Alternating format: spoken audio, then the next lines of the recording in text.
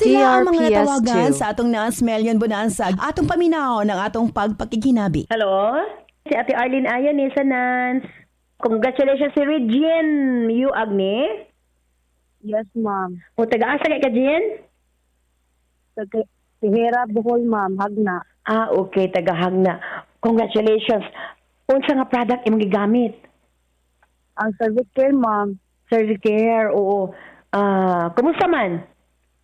So far, DRPS2. okay gid ang cervix care, especially sa mga girls no nga gasuffer bitaw ka ng monthly period, ma'am. So kung imo siyang imnon, tong natry na ko siya pag inom wala gid siya 1 minute bitaw katong especially gasakit imong post-on tas parang bigid mo maagwanta ang sakit. So katong kuan kay mais bid tong mga sakit Wala. Hindi na din mo gakapil tong mga yes, ma'am. Sa sunod nga menstruation, arang na, no?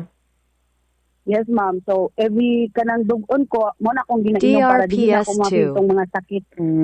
Congratulations. Thank you. Okay, sige. Alam, sa tanang gapaminaw sa programa ni Ate Arlene, no? And thank you kaayo sa kanang sa program niya kay natay gakat na dawatan nga pinaskuhan at also sa ihang tambal nga cervicare. So, dako siya og tabang especially sa mga girls nga gaka-experience og kanang mga dysmenorrhea. So, for those girls nga gaka-experience inana, so gamit na mo sa DRPS2. cervicare kay dako gid siya og kanang tabang. Ayan. Congratulations, Regine.